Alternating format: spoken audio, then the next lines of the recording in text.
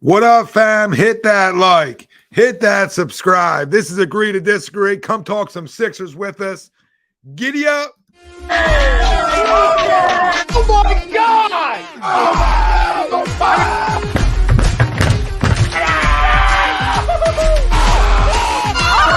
I'm embarrassed. He's flying. Welcome in. It's almost time.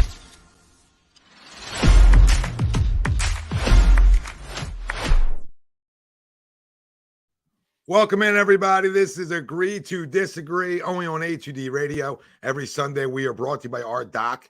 Got to make them yours. Dr. Paul Vidal, Specialized Physical Therapy, LLC, location in Burlington, Cherry Hill, New Jersey. Find them on the web, specializedphysicaltherapy.com. We'll have the doc on with us here a little later on throughout the show. We'll talk some Andrew Painter news with them, talk some Sixers with them, and anything else we have for the doc. That's Brian Wilson. I'm Tom Arnone. No Nick Delgado today. No Greg Milokovic today. But the boys are here. The boys are here. We're going back. We almost went back in the time machine. We went back in the time machine a little bit today. Oh, yeah. We went back. We'll do Crumb of the Week at the end of the show. Harden takes over in the fourth quarter. We'll talk about the James Harden effect last night. Can that continue for James Harden? Do we need it to continue for James Harden and the Sixers? Was last night Sixers win the best win of the season? We'll go over that. We'll go over some of their big wins this year, and we'll rank them out a little bit.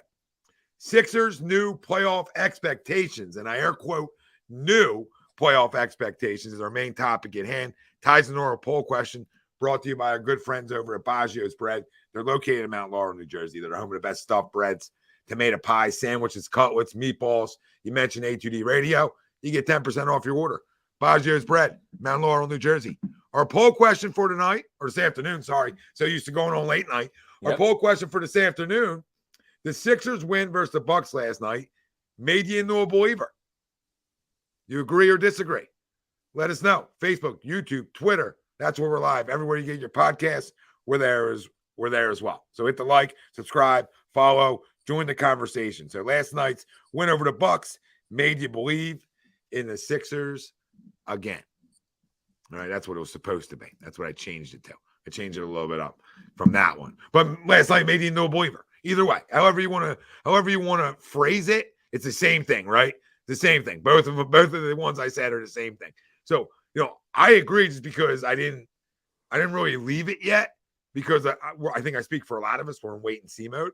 But the way that went down, right? Like just the way it went down. It's a road game. That's a team that's winner that won 16 in a row coming into that basketball game. All right, as you like to say, hot as a pistol, right?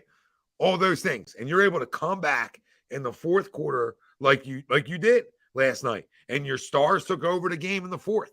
Harden, 17 points in the fourth. Embiid had a big three there in the fourth. He's always puts up his numbers, but they have a guy like Harden step up. So I do.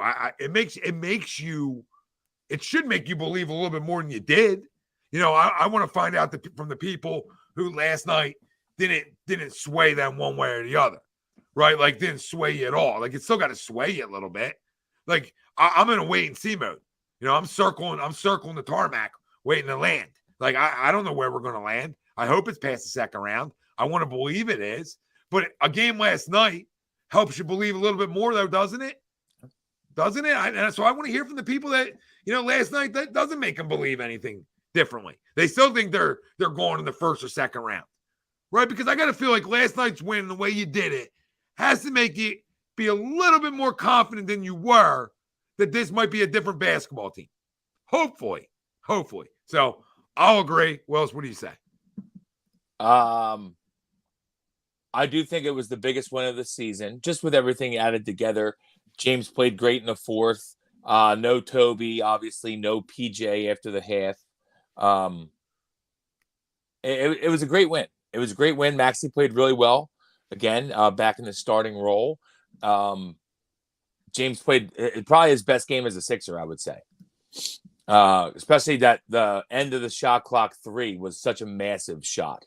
Massive shot. Yeah, it was. When we were down 4, looked like we had nothing going on that possession. It was just massive. And then Joe hits a 3 next time down, bang, we're up. Huge. So I'm still listen. Last night was a huge win, but we always know we play well. We play well against the Bucks. We do. It's Boston that always beats us. But that's a huge win, and we have a tough stretch down here, down the stretch. We have a tough stretch. That was tough to say. But yeah, I think they kind of show me a little more. I need to see a little more. Keep winning games, and you're making more of a believer of me. Right now, I still think that we're likely a second round exit team, but we're there. I mean, we're not like we're not like a 6th, 7th seed team that we're lucky to get to the second round. I think we're easily in the second round. I think we're on the cusp of a team that's get to the Eastern Conference Finals. We're gonna need Joe and James to take over games like they did last night. Really, well, James really did, but Joe big shot at the end, obviously, like you said, and he always plays great defense. And they really made it tough on Giannis all night, actually. So, I think that we have a shot, but I'm not there yet. Yeah, last night helped though. Last night definitely helped. Yeah, there's some things they did. There were some adjustments made by the coaching staff last night too. I like McDaniels playing more. They went to a 2. No, they just went to a 2-3 zone a little bit there. To start the fourth, and I thought those 4 bench guys with Harden, really got the flame going, right? With some good kindling to get the flame going, because that's when we made our run. That's when we started to make our run. So I get it, and I get your side of it about Boston, and I've always said we match up better against the Bucks, right? Yeah, and I think last night proves that a little bit more. So if I see Boston in the second round, I see Boston in the second round. But last night's win against the best team in the Eastern Conference, a team that viewed by most, it was a gritty win too. You know what I mean? Like I would say for the majority of the game, didn't look like we had any shot to win it. We were for let's say 45 of the 48 minutes, it looked like we weren't going to win the game. So it's a gritty come from behind victory, which is a great victory. It's not like one where we were up ahead and it wasn't tight. We came from behind and got a victory. That's what's good about it, Tommy. That's like the best thing about it, in my opinion.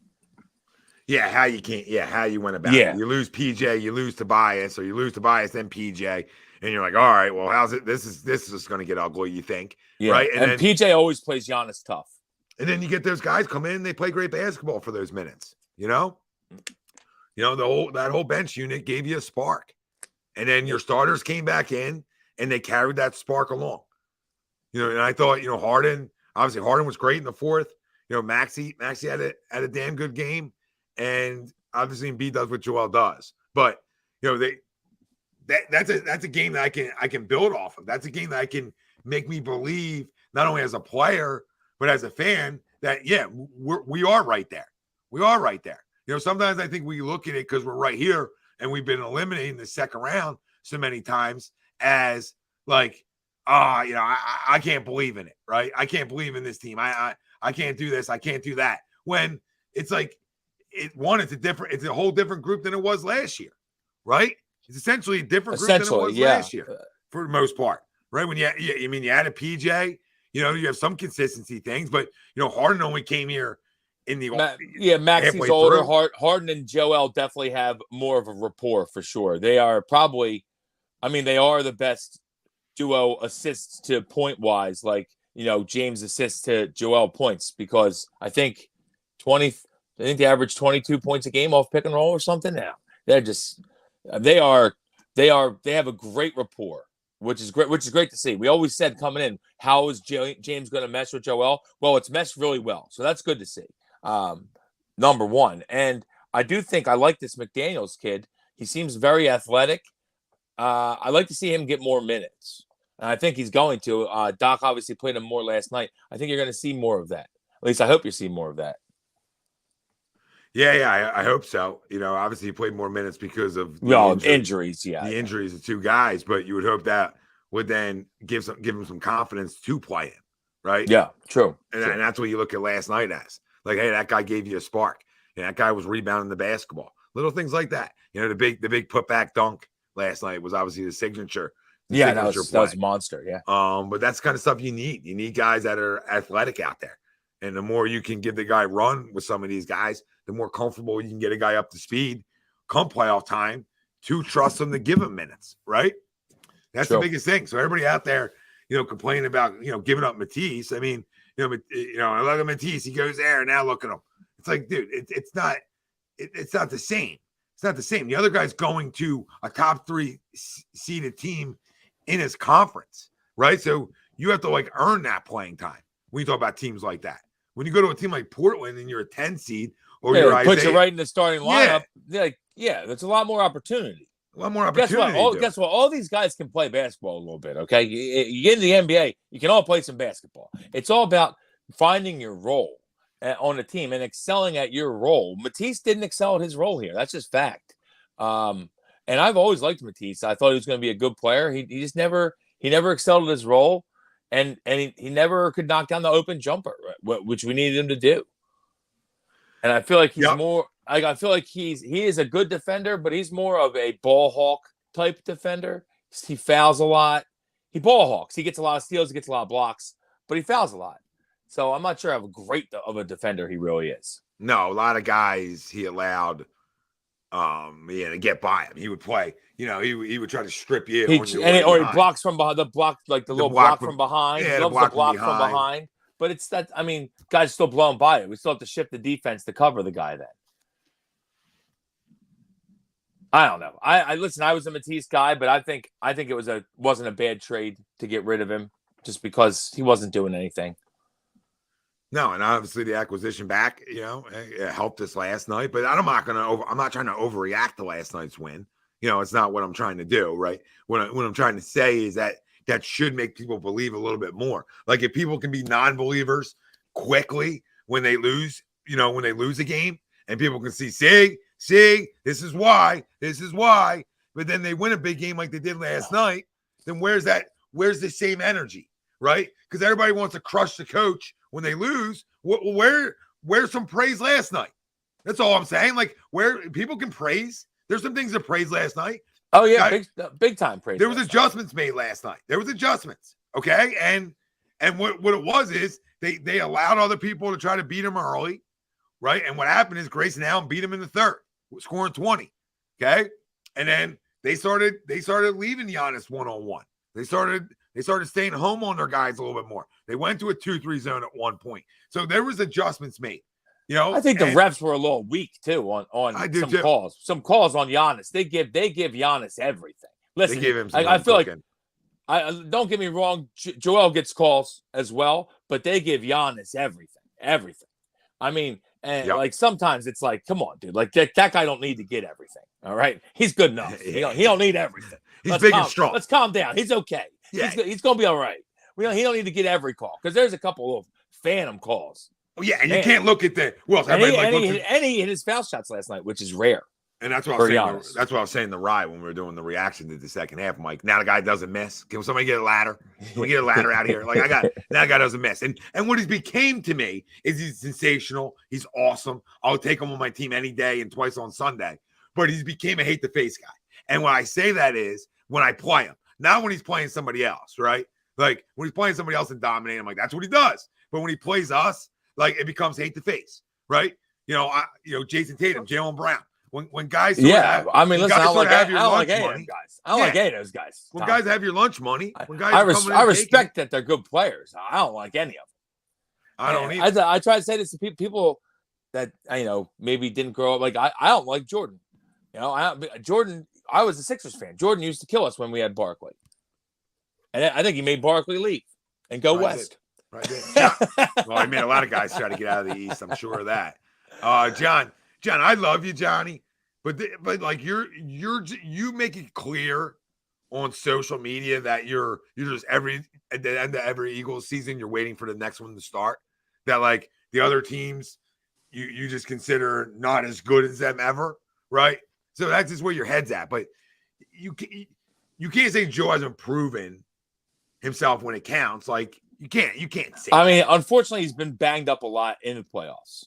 Hopefully, he won't be this year. But I mean, we know what Joel is. We're not worried about Joel. Least of our issues.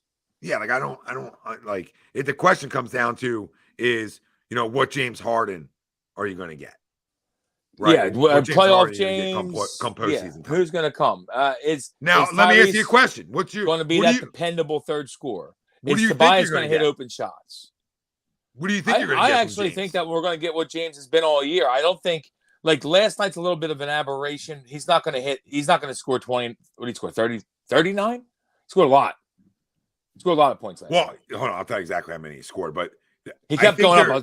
I can't remember what it was. I think there's something to be said on why that happened, right? And we brought it up. Well, we needed him to, really. Well, no. Well, I'll say that, but what I'm going to tell you is not even we needed him to, because we did. But I think they did a great job of it. Obviously, that was the only unit left you could play with. He scored 38 last night. 38. Okay, yeah. So that's not going to happen a lot. But the unit he played with to start the fourth allowed him freedoms, right? And allowed him to get going a little bit. Okay. So am I going to say 38 is going to happen all the time? No, but could he be in the 30s in the playoffs? Why not? Like, if you allow him to get in a rhythm to start a fourth quarter like they did last night, like, take everybody off the court and let him play with 4 bench guys. You know what I mean? Let him play with 4 bench guys. Instead of letting Tyrese play with 4 bench guys, let Harden play with 4 bench guys to start off a quarter. Because he's more of a savvy vet. I'd rather have that. Yeah, in that role, you allow him to get cooking a little bit. And if he doesn't, then you make the adjustments as it goes, right? But you allow him to start to feel himself and be aggressive, right? I agree. Because that's all you're looking for in that spot is can you be aggressive in that spot? And last night, because it was on the court with him, it allowed those freedoms to be aggressive. I also feel like in that spot, Tommy, he would be better than Tyrese at getting the other guys better open looks. You know what I mean? Like if he's on with 4 bench guys. No, I agree totally. And again, something we saw last night, right? We saw it again last night that he was able to do that with the guys that he was in with, right? He was getting Niang open looks, right? George's was big last night. I forgot to mention him. Yeah, I mean 5 for 7 from 3. Our bench was big. Him and McDaniels were the 2 big bench pieces for us last night. And then Paul Reed gave us a good solid 9 minutes last night. He had a big offensive rebound put back. The N1 for 3 of his 4 points. That was gigantic. Yeah. It was a big basket in the fourth there when we started to make our run. And what made me feel good, though, after it all is when you put the starters back in, sometimes you get worried, right? Like, all right, are they going to go up big on us again? And we were able to keep it right in that distance, right? Right in that distance. I think we had like 5. And then I think there might have been 25 times last night that it was that we were down 1, that we were down 1 again. 1 again, 1 again. And then we finally got that stop and we finally got that big basket. And I think that says a lot about the character of the team. And, why there's such a big win for me last night is they're hot, but it's on the road. It's on the road. Those comeback wins like that are harder they're harder on the road to do that.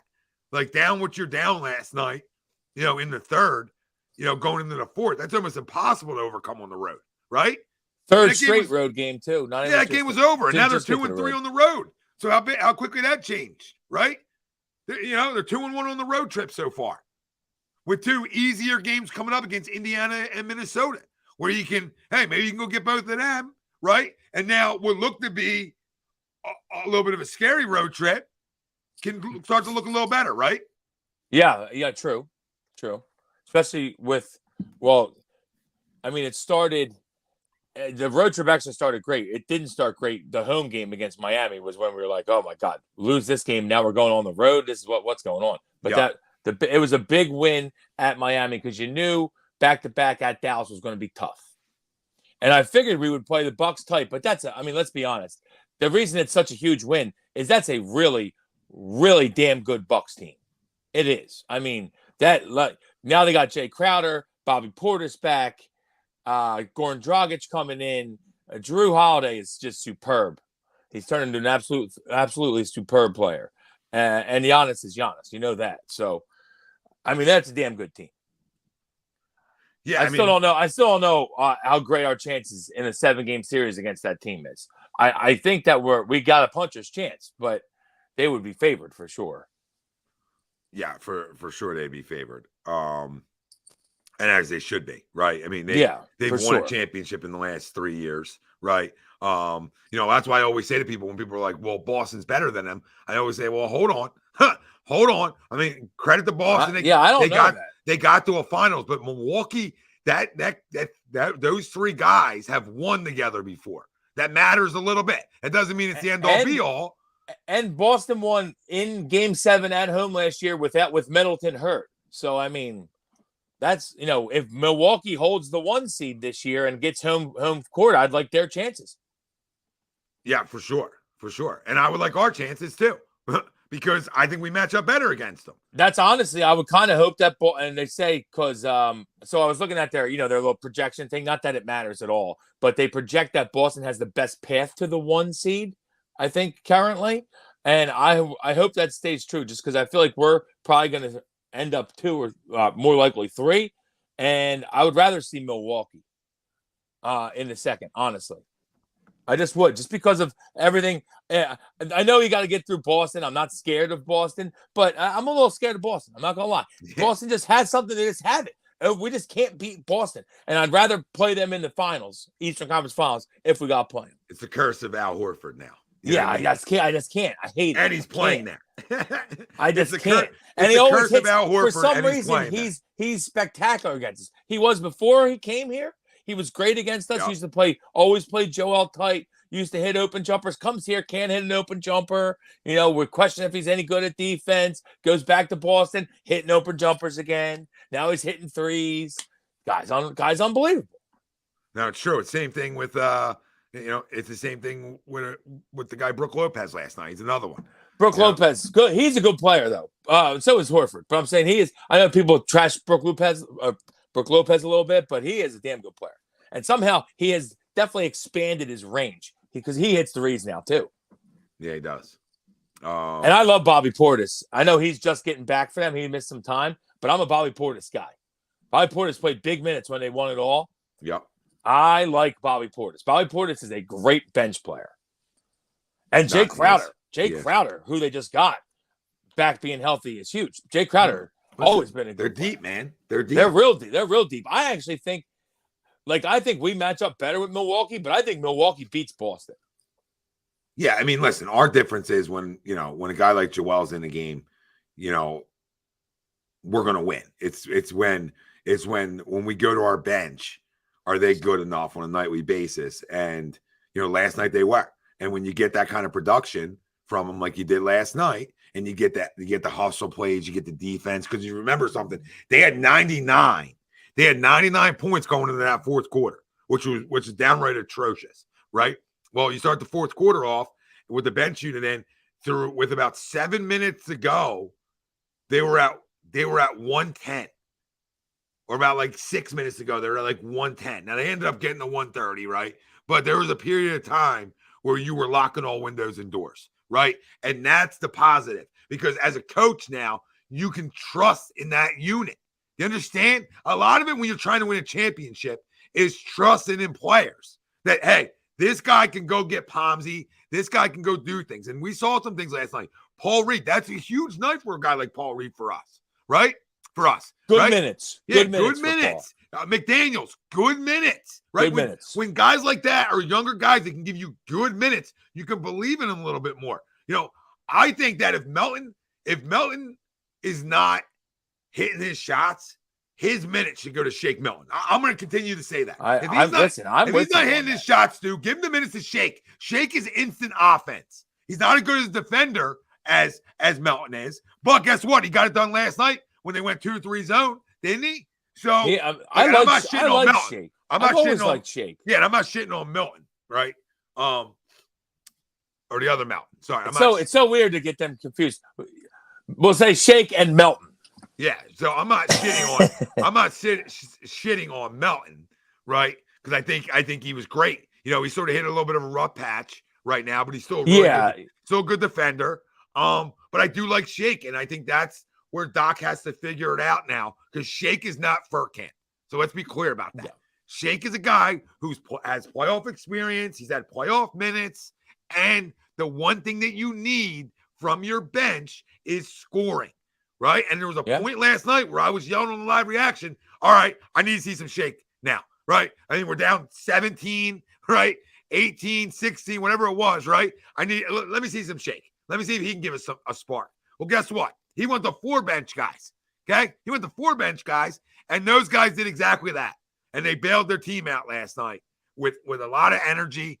And then Niang was money. Niang was money. And a big part of that is you're in with 3 other bench guys and James. And James is facilitating the offense, right, with a second unit. And you can see how that can be a big reward for us, right? And it was last night. Because you allow him to get going, you allow him to be the guy, you make him draw attention, and bang, Georges is open for corners 3, right? And bang, bang, bang, bang, bang. And you're like, oh, where's this guy been for the last month? Yeah, and then when you get open looks, the defense is scrambling, it opens up the offensive rebounds. You saw McDaniels with an offensive putback dunk. Yeah. In that same time period. I mean, I thought that they played great in the fourth. Obviously, the first half wasn't great, and I mean, Milwaukee's a damn good team, like we've already said. It's amazing to me. I feel like I don't watch enough Milwaukee anymore, but Drew Holiday to me stands out. Like he really has. I know Drew was a Sixer, and we all know Drew. Drew was a damn good player when he was a Sixer like 10 years ago. But Drew has really become an upper echelon point guard in this league. I think he's got to be top 5. No, I agree with you, Wills. He's continuously gotten better throughout his career. And he plays great defense. See, Jimmy, that's the thing. Like, that's where everybody said all year, right? Like, I disagree with the poll. I won't believe it until I see it. I'll skip past the second round. And rightfully so. But that's just like a bad way to live sports life, right? Like, to me, that's a bad way to live season to season as a sports fan. It's like, well, I can't get excited or I can't believe because they've never done it before, right? That's what we did with the Phillies, right? And then, riddle me a World Series appearance, right? We said, well, we can't believe it, and then they get in, right? And they said about every player on that team, every player was a part of that, right? A lot of guys that never went to the postseason or weren't there enough, and they went out and got a guy like Kyle Schwarber that everywhere he goes, he finds his way in it, right? Well, guess what? PJ Tucker is not Kyle Schwarber. But there is a point that everywhere Tucker goes, they're usually in a conference right? Now, he's not the main reason, but, so I'm not saying PJ Tucker's taking this there. You understand what I'm saying? No, it brought us something that we needed, some leadership. Winning culture. A winning culture, right? So I don't want to live this season as, I don't know what they're going to be. Nobody knows that, right? But I still want to take last night and big wins and say, well, that's a reason why they can. That's a reason why they can. You hang your hat on that. You need something to hang your hat on. Because we do it after losses. I mean, I'm on the airways. I hear them. I hear people. I see people that are, this is why they're not good enough. They stink. And there's times that I get in that mode too sometimes, right? Bad loss, ugly loss. I'm disgusted, right? And so you win a game like you win last night. Like, why do we always have to be negative? And this isn't about Jimmy. This is in general. Like, we can have nice things. We can have a nice collection of stuff. We can. I mean, come on, guys. Come on. Let's just feel good a little bit about it. Every team, J Love, is inconsistent. And you go as your stars go. Now, you're right. You're going to need guys off the bench in the playoffs to be consistent enough to get over your hump, right? That's just common sense. That is total common sense. 100%. So, J Love, 100%. I completely agree with that statement. But I do believe those guys are there. They are there. And guess what? You only need, I know I say it every year, but you only need like 20 off your pine. So you're telling me, not you, J Love, that we can't, from McDaniels, Niang, and Melton, we can't get 20 plus? Come on. And maybe Shake? And hopefully Shake. Maybe. So I don't know. I mean, I'm not telling you that. I did say that I do believe this is the year to get to an Eastern Conference final. I do, because most of the city's been out all year on them. They've sort of gone under. The only time you really hear a lot about the Sixers is after losses, right? Because everybody wants to tell you they told you so, right? Like, told you. I told you. It's all you hear. Doc's got to go. Well, so you know me. I'm online. I see it. Everything. Doc's got to go. It's never a player's fault. Or then you start getting the people running and beat out, right? This is why he's lazy. Dude, how many 7'2" guys move even like he does that don't look lethargic at times? that don't look like is he lazy tonight? That's bad body language. Like I think the big guys, it's glaring. I feel like, you know what I mean. Like if they ever take a play or two off, they look because they always are little lethargic. They look even more. I feel like, but no, I mean Joe, like you always say, Tom. Joe's a phenomenal player. Joe, I'm never going to question Joe. All I need him is to be healthy. I just need him to be healthy. Agreed, Wills. Agreed. Like people want to question that stuff all the time with him. I always find it comical. Like how many 7-1 guys look like when they are tired, right? And you ever run around for 38 minutes, right? So if there's a play they're a little exhausted, that it doesn't amplify and look 100 times worse because of their size. It's and that's not watch the back-to-back MVP. He looks lethargic. Well, Sweeps, I will say this to you. I see Sweepsy chiming in. I know he couldn't make it on that with us today, but he says, great win, absolutely. But let me know how many 48-point quarters you'll see in the playoffs. Well, the Trump that they had a 40-pointer in the third. so there was two 40-pluses. I was disgusted in the third. I'm not gonna lie. Oh, me too. It was such a flip of a game for me because in the third, Grayson Allen's hitting everything, and I'm like, is this for real? Can somebody trip this Duke prick? Like, I couldn't believe it. I was like, I couldn't believe it. I'm like, is this kid's hitting every shot right now? Grayson Allen, are we serious right now? He's talking about hate the face guys. That's a hate the face guy for me. Grayson Allen, I just hate him. I hate the face. So yeah.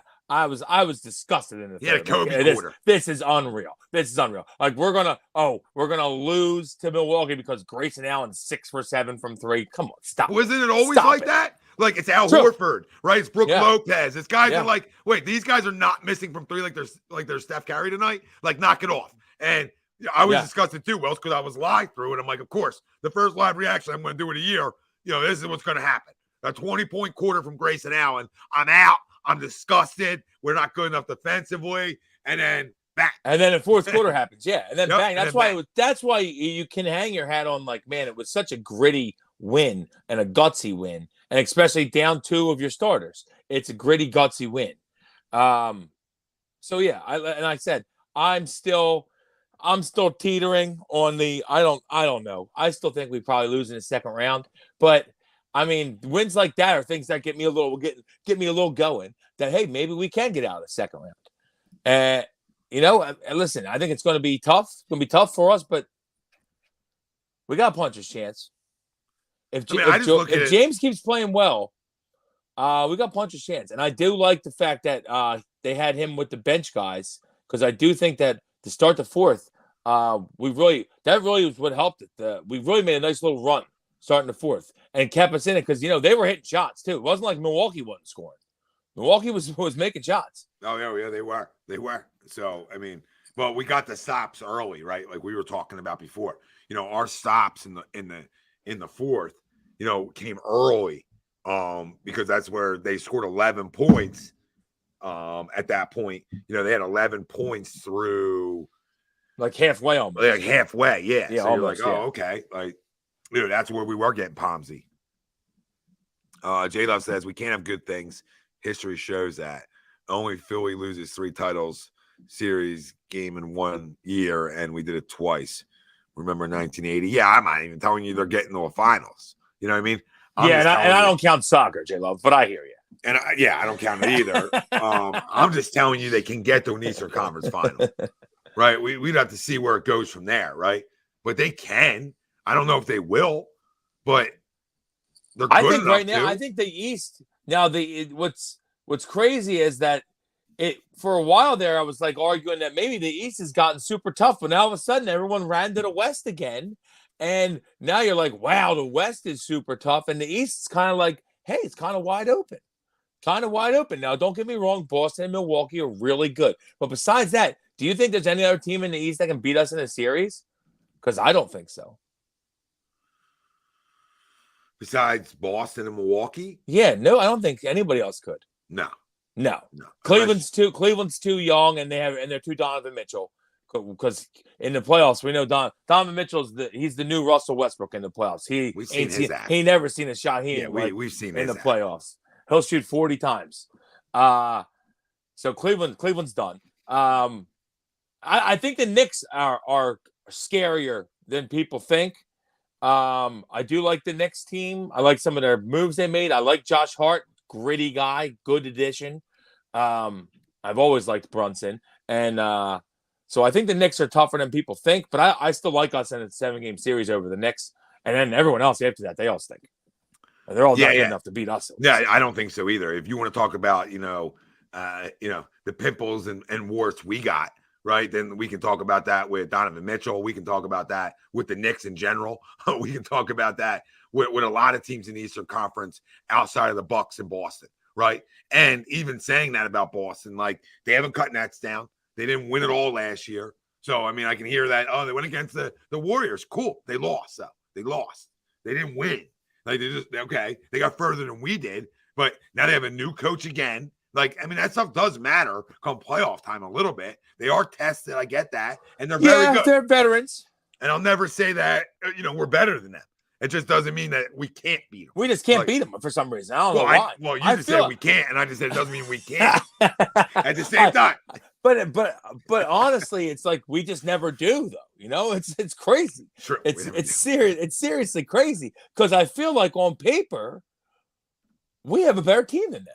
Maybe they have more depth than us for sure. I love the Malcolm Brogdon move that they made this year. Great move. Derek White's very underrated. I like him too. But I like starting 5. I like our starting 5 over theirs. Well, why is that, CJ Love? This is my problem. If we can talk about the Hawks can beat us, nothing will surprise me. The Hawks can't beat us. Sure. Not now. No, but I know they did 2 years ago. I'll say to them, if you say, okay, the Cavs and Knicks can beat us in a 7-game series, fine. But then why can't we do the same thing? Like, why can't we do the same thing to Boston? Why can't Milwaukee or Boston choke? So why is it only us that can choke and nobody else can?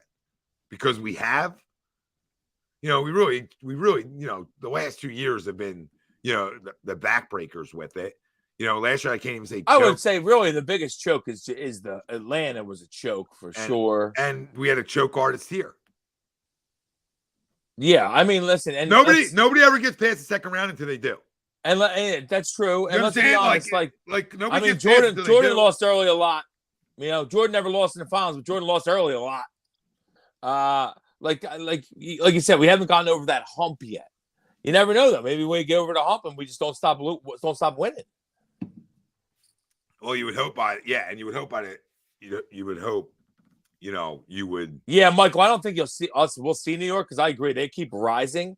But yeah, I think the Knicks are tough. Yeah, they are. Yeah, they definitely are. They're not easy. Nobody is. Nobody's easy. Yeah, no, it's gonna be. I mean, listen. Obviously, if you're the 1 seed and you play like the 8 seed, which could be like the 11 possibly, that could be a decently easy series. Besides that, everyone else is going to give you a series.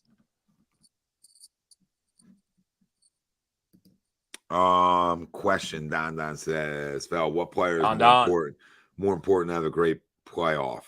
Joel, Harden, or the bench? I was going to say Joel. Harden. Oh, wow.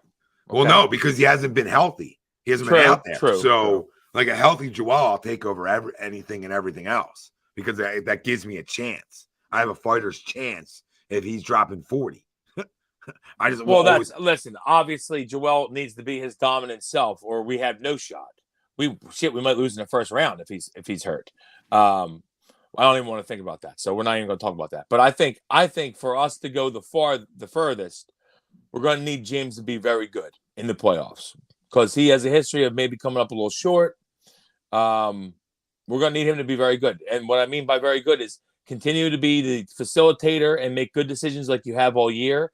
And then don't run away from the big shot because last year, you shoot once in the deciding game. Yeah, we've seen that before. I need you not to run away from the big shot. I need you, if you're open, I need you to take it. Yep, and take it with confidence. Because we had a guy here, so that's why Jay Love. To your points, we had a guy here.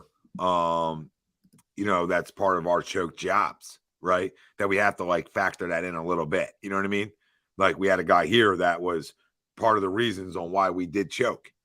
He was one of our star players. He was one of our max guys. So it does matter when that guy is a well-documented loser now. right? When we find out, Yeah, I now mean he's fallen that off it's such clear a as cliff. day. He's fallen off such a cliff now. It's amazing. But when we find out what was really between the legs now, right? When we can look back on it now, right? If we went back and watched games then, we would then give it all to him. We would say, that's the reason. That's the reason. It was a loser mentality. Because there was other parts to it as well for those losses. But yeah, but he was on the court. We were playing 4-on-5 with Jimmy Butler. Like we had Jimmy Butler here and JJ Redick, and we were still 4-on-5, which isn't going to be good enough against anybody when you get deeper into the playoffs, right? We were 4-on-5 against Atlanta Hawks. All right? We were. That's the facts. And last year we were without our best player.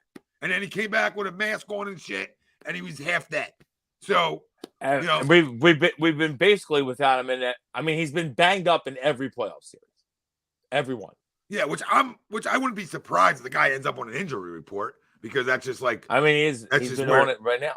Yeah, you know what I mean? So I wouldn't be surprised about that one bit. But what I don't want is prayer services again. That's what we did for the last few years. I'm tired of praying. You know what I mean? Yeah, we don't want him to be out. He can be banged up. Listen, it's the end of the series. Everyone's going to be a little banged up as long as he's not injured. I think there's a big difference between hurt and injured. If he's banged up, then that's fine. If he's injured, we're in trouble, obviously. But that goes for anyone. Anyone that lose their best player, they're in big trouble. So, I still think we have a puncher's chance, but I would say right now we're probably a second round exit team still. Yeah. I don't. I think we get there. I do. Because if it's not this year, when? Yeah, maybe never. I have to keep saying that and yelling it if I believe it or not. But I have to keep saying it. When are we going to have a better roster here? When? We have arguably a top 3 player in all basketball. All right. We have another guy who's a top 20 player in basketball, and James Harden, numbers wise. We have a young up and coming player in Tyrese Maxey. We have a veteran, a guy like PJ Tucker, who brings you toughness and defense. We have a guy who had a good playoffs last year and can play a little bit in Tobias Harris. Tobias is such a key still. Such a key. We have a decent bench, right? We'll just win. That's all. When else? When else if it's not now? Yeah, maybe never. But no, I mean, I'm right. You make a very compelling argument. Like I said, there's really only 2 teams in the East that scare you. I feel like in a 7-game series. So why not? Why can't you take one from one of these teams? Why can't you? Yeah, you're logistically not going to play both of them before the Eastern Conference Finals. So take a series from one of them. Yeah. And maybe they get upset. You never know. Well, that's why I sort of think it goes. I could see us, playing, I don't know, Boston, Milwaukee, second round, and everybody's like, oh, there it goes. And then we somehow squeeze it out in 7, where we're like, whoa, didn't see this coming. Maybe it is different. But then at that point, then you don't want to go and lose in an Eastern Conference Final either. Very true. Very true. At that point, you don't want to lose the Eastern Conference Final. J-Love, I mean, that's a good, it's maybe. He says Embiid leaves, so does Harden if we lose in the second round again, blow it up. Oh, we'll reconvene on that conversation. Yeah, I'd rather not talk about that when that happens, right? We're I wouldn't say that, J-Love. I wouldn't say that. I wouldn't say we're not a top 4 or 5 team in the league. Come on. That's not fair. It's not fair. We're pretty close to that. I would say we're not. I agree with that, but that doesn't. Only one team can come out of the West. I mean, there's teams you're going to put in the West that have the same playoff issues. I mean, I totally agree. Denver is this. If it's not, you're talking about us. If it's not this year, when? Same thing for Denver. If it's not this year, when? Because Denver looks damn good. Well, they do every year in the regular season. Well, this year though, I feel like they've been burying the good teams.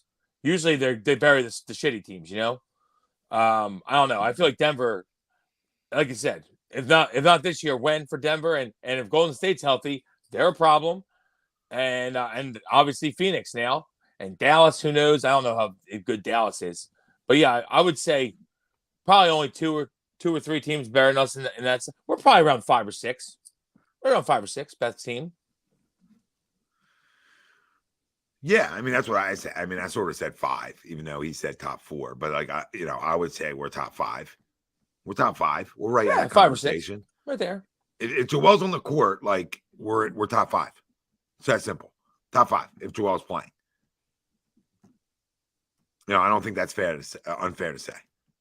But listen, that's all semantics. It's all semantics. I get it. I understand it. We haven't got over the hump, so there's a lot of negativity that comes with this basketball team and our star player. But like that's what I said to you, Wells. I mean, it's all set up for us to go after it right now. It's probably the best team overall that we might have had in the Embiid era. In terms of the way it's like, if he's healthy, like maybe we had better teams, but everything that we had Ben on it. So I'll never say any of those teams are better, even if they had some better players. Make sense? Just because they had that guy was around. So none of those teams are better than this one, in my opinion, just because of Ben. That's how much of a bad stigma that guy has with him, and a stench that I got to assume that, this didn't just start. The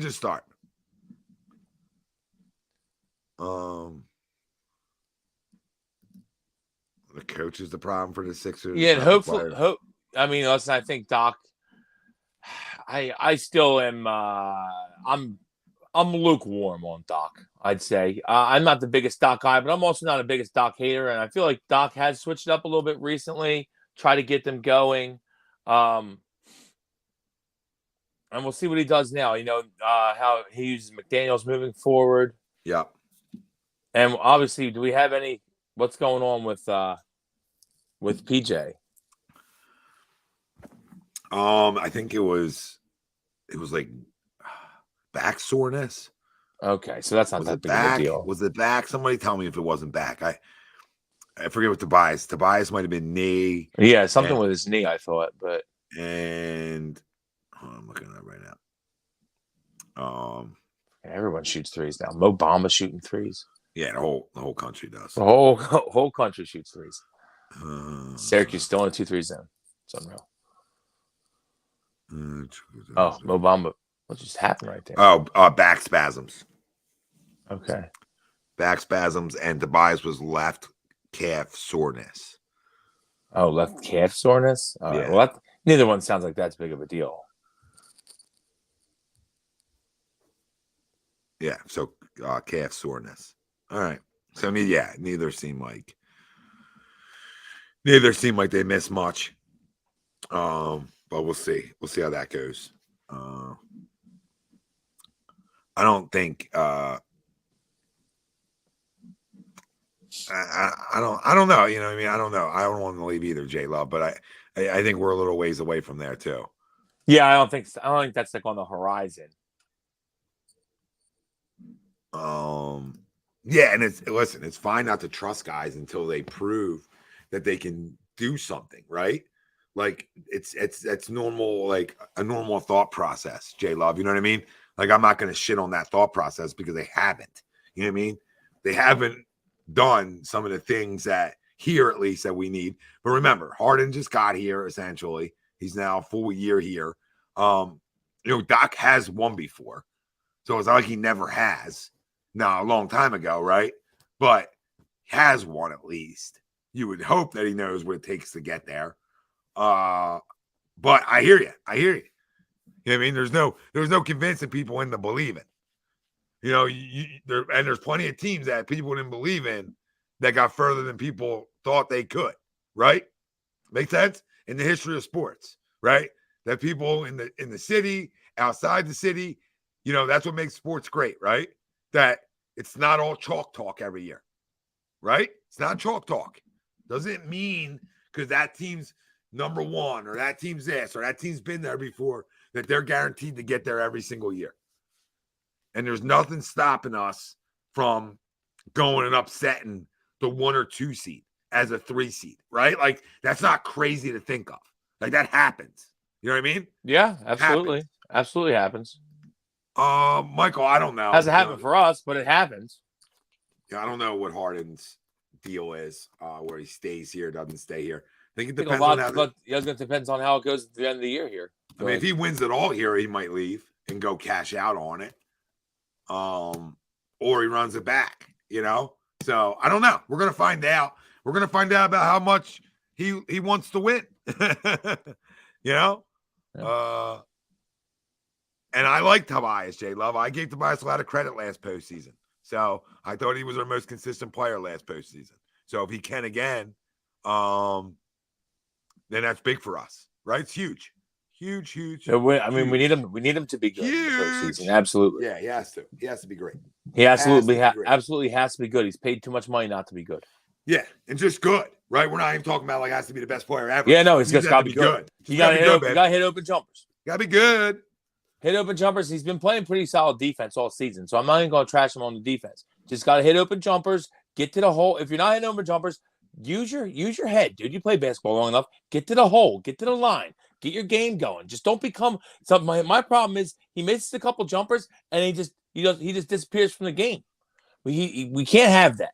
We absolutely cannot have that in the playoffs from Tobias. If your jumpers aren't falling, go off dribble, hit a pull up, get to the rack, get to the line. Let's go. Get your game. Get in the flow of the game. We can't have you moping around because he gets mopey on offense sometimes. Yeah, he does, and I think the one problem is that and Darryl hasn't did a good enough job of this. McDaniels is a little bit better at it, and Niang's a little bit better at it, but he doesn't have a spot up 3-point shooter, a catch and shoot guy surrounding Joel Embiid. All right, and I think that's a little bit of a problem that how this roster is constructed still. Is there isn't that guy, and they tried to make Toby that guy, and that's not sort of his game. Like most guys need rhythm to shoot the three. Like there's not a lot of spot up 3-point shooters that are catch and shoot guys. Klay Thompson made a living off of it. All right, playing with Steph. Barely dribbles. Yeah, it doesn't even need a dribble, right? And there's guys that have, and there's other guys that need a little rhythm. Look at Joe last night. He originally had the open three, right? And what does he do? He took a dribble. Yeah. Yup, took one dribble. Regathered, shot it, buried it. Some guys need it. Harden, he's not a spot up 3-point shooter.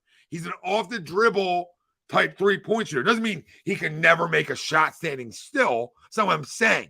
That's not really their game. PJ's probably the closest thing they have to it on this roster is probably PJ. And I'm not saying that's what he does great. That's kind of embarrassing. Yeah, sorry. In the starting lineup, that's the best they have. In the starting lineup, per se. Maybe not the best, but like a guy who does it more than most guys, right? He doesn't really put it on the floor anymore. True. So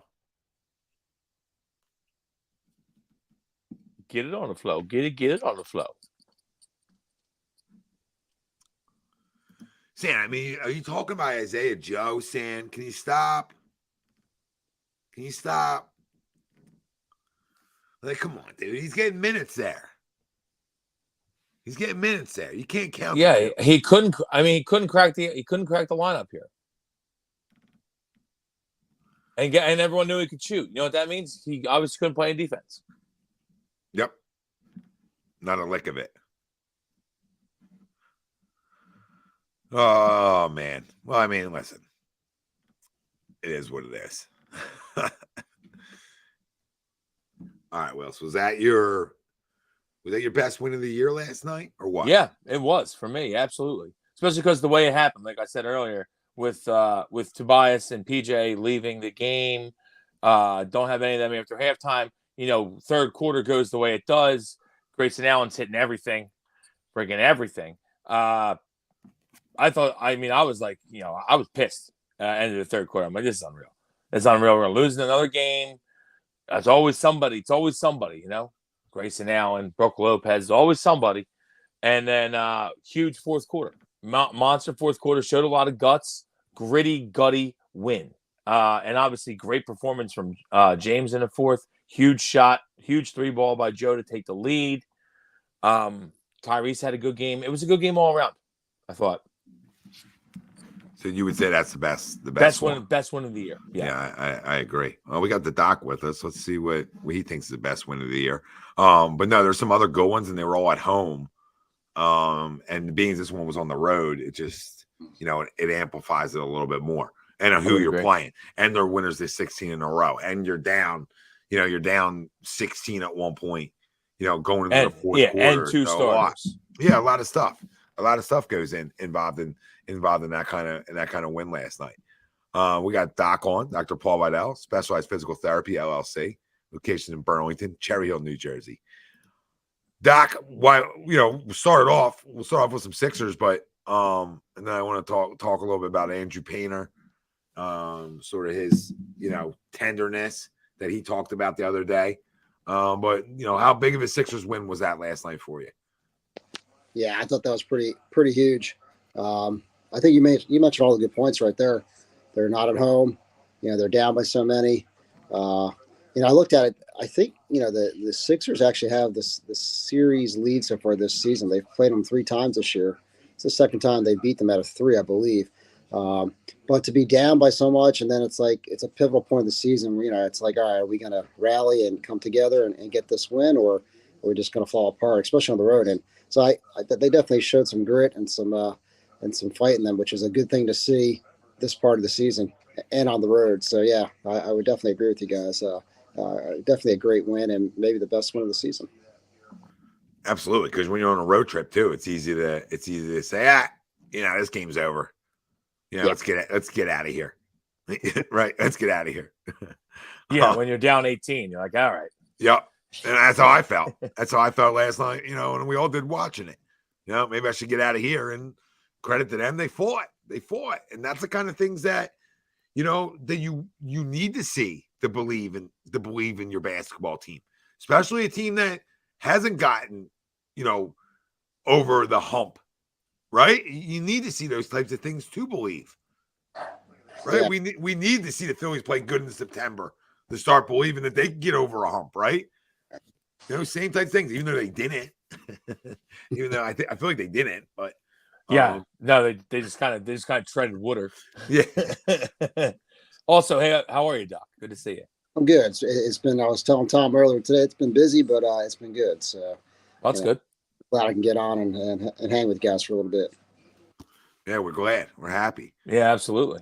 We're not happy. We're down a couple guys, so yeah, I see that. Use the third. Yeah, start.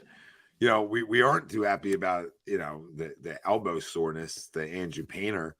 Doc, I know we talked a little bit about it earlier, that it could be like a million different types of things, and there's been nothing put out yet either, right? Well, nothing. Sort of been hush hush. Yeah, they did. All they said was tenderness, right? That's what I heard. Tenderness. That's what he went. Yeah, he went to the office and said it was tender. Yeah. That's it. Yeah, not ideal. Sorry, Doc. Not ideal. Yeah, exactly. Not what we want to hear. Although I did read today that he was feeling better, just subjectively. So, he went through a bunch of tests, as all the reports say, yesterday, and clinical exams. I'm not sure if they did any pictures on him, but we just have to wait and see. But it could be nothing, and it could be something. Right? Just we have to see. And obviously they're going to give him some rest, and just kind of monitor it. It's early on, and he's one of the top prospects, so I don't see them rushing him.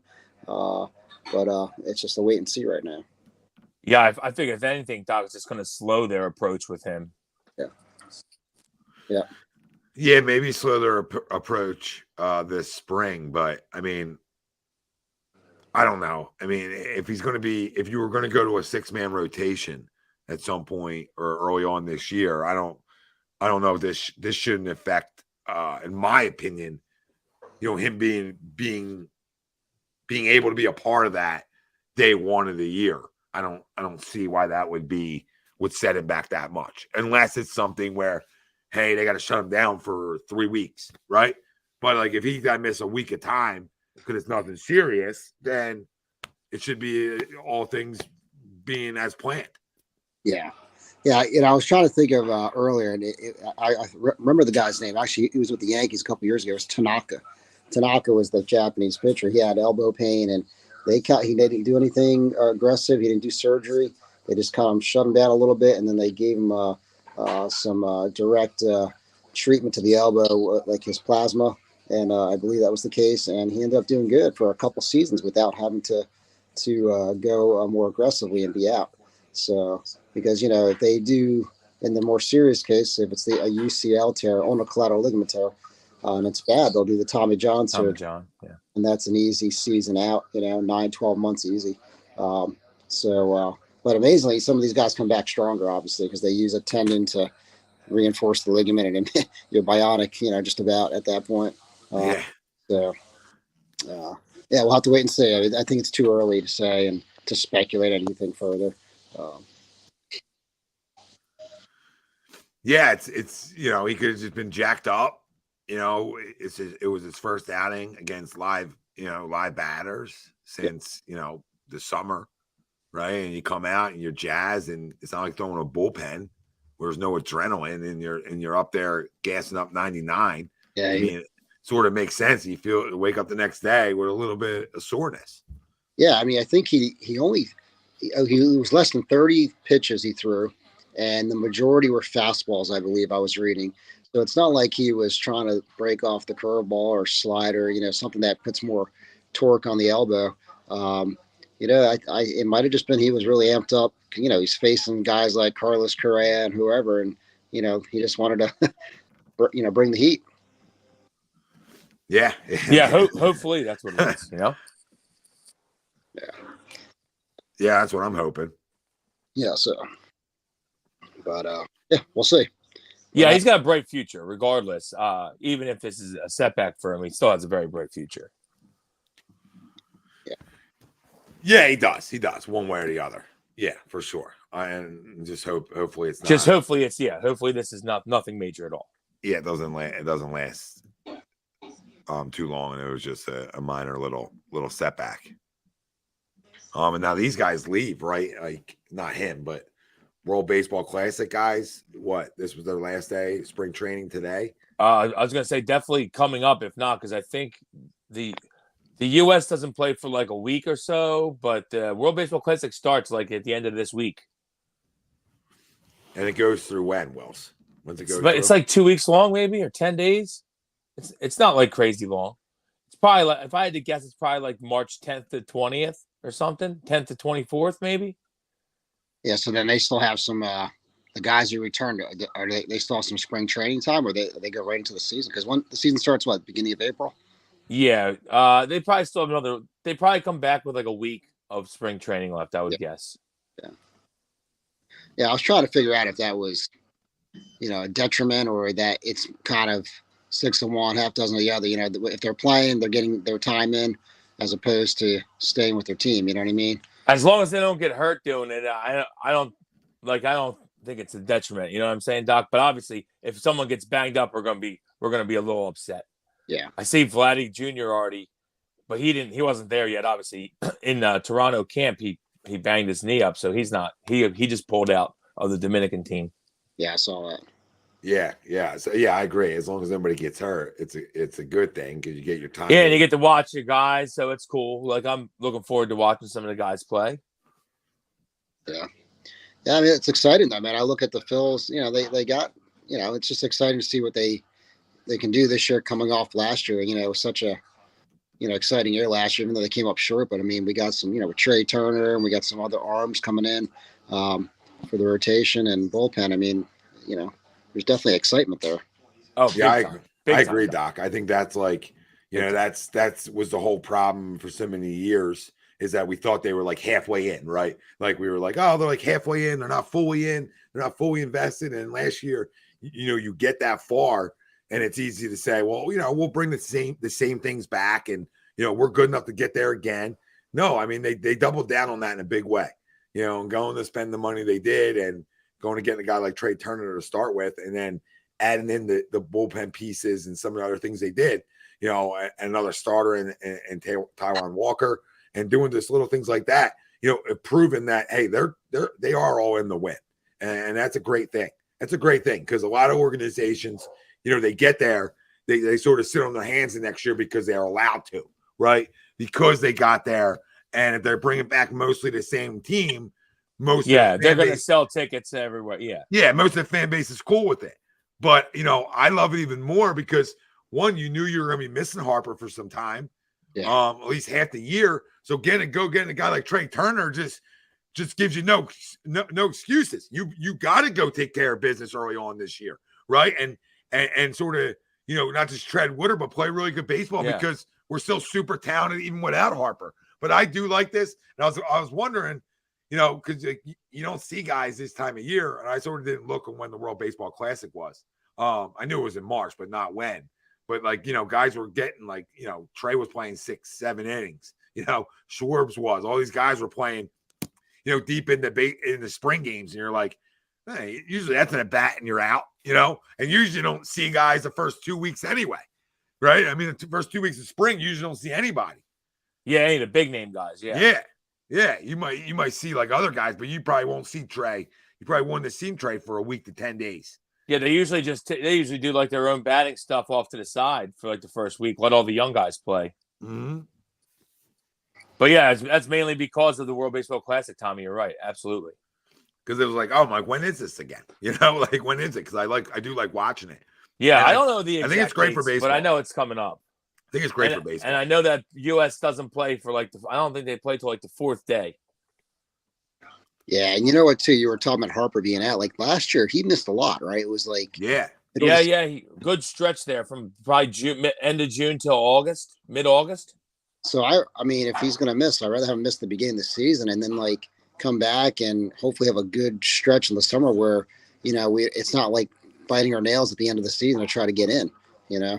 Absolutely, Doc. And even hope, the main reason you get it done, obviously, people were questioning, you got to get the surgery done. You got to get it out of the way because our optimal team is with him in the outfield. So you need him back in the outfield. And I know that's not going to happen overnight, especially even after he comes back. But there's a good chance that if we go deep into the playoffs, he maybe is back in the outfield for the playoffs, which would be great because that's what we want. For sure. And there's no there's no perfect time to do it. And they did play great without him last year. Now, hopefully they can do it again. And he's got to stop. And then after this is over, he needs to stop missing games because as great as he is, and as much as these injuries aren't his fault, right, per se. Yeah, I'm not going to kill him for the hit in the face. But No. I'm not killing him for any of it. I'm making just a valid point, though. Through his career, he's missed a lot of games. And mostly not by his fault, by freak stuff, right? Getting plunked in the face twice, right? Or getting plunked in the face once, getting plunked in the hand once, right? It just sucks. He's missed. He's for such a great player. He had that slipped on the bag and hurt his knee that 1 year. Remember that? Yeah. If you miss 20, 30 games a year, fine. You know what I mean? I got no problem with that. It's a long season, but I need my best player 130. You can't be missing. You can't be missing 50. That's for sure. Just because this is the prime years of his career, right? These next 3 years are those, which could be monster years for him, right? So for sure. Being selfish as a fan too, and knowing our window here, we didn't sign guys to 10-year deals to win 9 years from now, right? We signed them to win now. It's now. It's over the next 4 years. You got to win, and not just one. We'll start with one, but you got to win. You got to win. Now, that being said, Tommy, he was spectacular in the playoffs. And if you're going to say that you're going to be banged up in the season, but spectacular in the playoffs, I can accept that. Oh, every year. I'll sign it. Where do I sign my blood at? I'll cut myself right now and sign that blood. But do we get there? I can accept. Do we get there every year without him? Without him, true. Right? Yeah, because last year, let's be honest, we barely got there. We got there by one game. Now this year, and we got to the World Series, but we got to the playoffs by one game. By one game. Now this year, hopefully you're better. Nicky, maybe another year. I expect Castellanos to have a much better year. Yes, he's hitting. Trey comes in.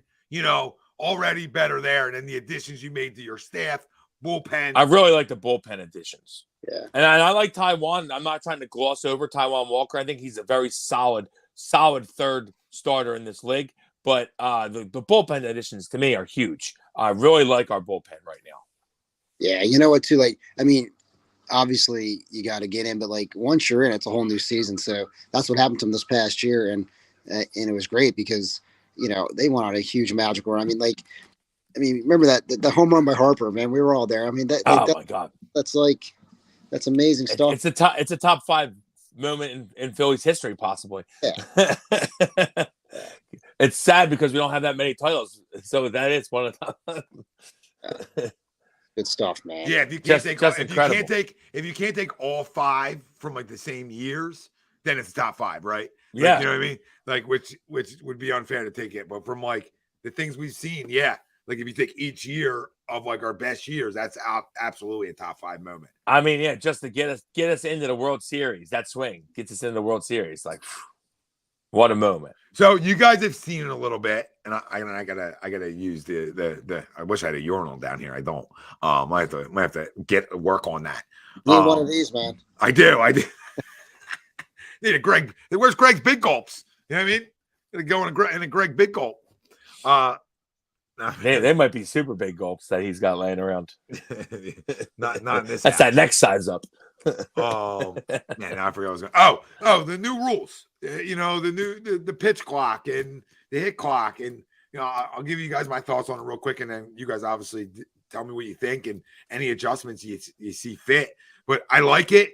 I like it sped up. I like grip it and rip it. Right, get in the goddamn box, get ready to go. Nobody's got time for you to adjust your batting gloves.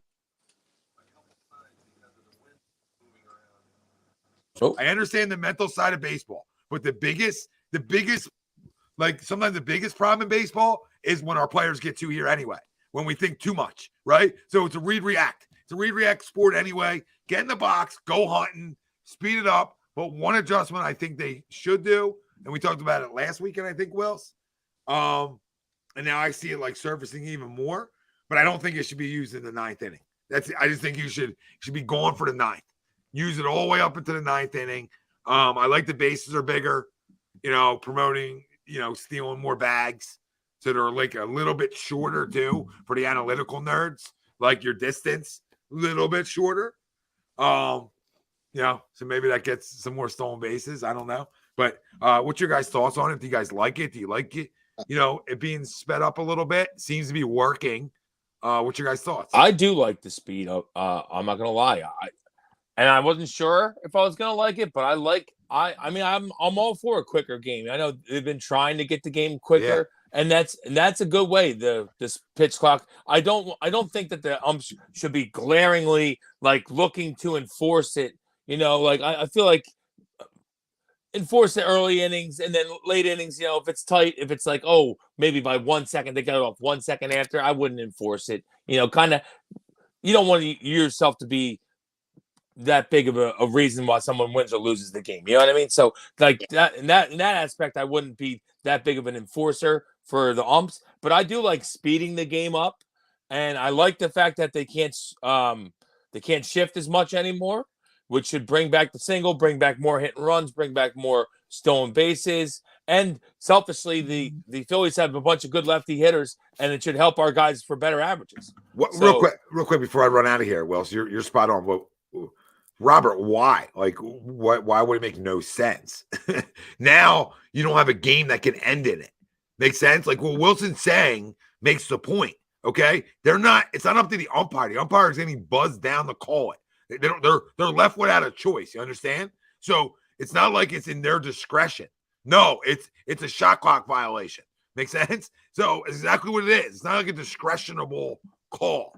All right, it's rang down for Major League Baseball. All right, batter's out or whatever, strike on the batter, etc. Okay, so all I'm saying is to avoid that problem, you know, in the closing minutes of games, maybe just remove it for the last inning. I hear you. For the 9th, I'm not telling you they have to. I'm fine with it because players will adjust. You know what I mean, Robert? Just to be clear, like I'm fine with it. Like the guys will adjust, obviously, right? But why I'm telling you it makes sense is because they're the most. That's the last 3 outs are the hardest 3 outs, right? So to be fair to that part of the game of baseball and the thinking part of the game of baseball, allow guys to breathe a little bit that inning. That's all. If they don't take it away, that's fine too. Because guys and managers will have to just get used to it. So I'm good either way. But that's my thoughts on the 9th. Sorry, now I really got Robert got me back in. I like the game being a little faster. I mean, that's partly what drives fans away. It's just too long. It's boring to watch, this and that. So, speeding up is good. Plus, there's too many. It just cuts down on too many people. Everybody wants to stand out and like have a routine. Just get in there, get in the pop swing, and I think it's almost like I'm trying to draw a parallel. It's almost like that, that quote unquote holding call against us, or, in the Super Bowl. It's like, if the refs are going to use it or call it, be consistent, but there may be some, like you're saying, like, don't let the game be decided by that, so like, yeah, exactly. And the game is on the line, it's like, maybe swallow your whistles a little bit. Yeah. Yeah. So, but the game's being sped up, no doubt, man. And plus, games should be earlier too in the night. That's just a plug for people who need to wake up early. But it's I think it's good. And then it's only going to speed it up. Like, it's not going to be drastic here, but also it's going to help the fielders, everyone be more engaged, because sometimes you get a pitcher that moves slow or a batter that takes forever and it gets a little you're out in the field forever. So now you got to be engaged, because it's going to be every 20 seconds. The pitch is going to have to come. Yeah. And so I like that. And for some pitchers, it might be an issue, especially for the guys that work slow. But the guys that work fast are going to love this. And Nola's a guy that works fast. They're going to love this, because they just want to get the ball and they want to throw it. So they're going to really enjoy this, I think. For some guys, it's going to really like it. And part of the gamesmanship, too, is guys stepping out or, like, taking their time. Now it's just like, all right, they have a Yeah, they can't. Yeah. Yeah. And you can only throw for and we got Trey Turner, who's, probably top 3, if not the best stolen base guy in the league. And you can only throw over twice now. Yeah. Can't throw over more than twice, or it's a balk, I think. So that's only going to help guys for taking bags. So that's going to help Trey. And like I said, we have great lefty hitters in Schwarber and Harper, guys that they try to take away hits from with the shift all the time, and they're going to get more hits now with no shift. So, the only thing that's good. I wasn't sure about is the pitchers can only throw so many times over to the bag. Yeah, 2. So right. So now, if you're a base runner and you were able to draw 2 throws over, it's like a green light now. Yeah, they have to go home. Yeah. Yeah, and maybe they call a pitch up, but it's almost like now the runner has a distinct advantage, obviously, and maybe that's the thing. They worked hard and they were able to get 2 throws over.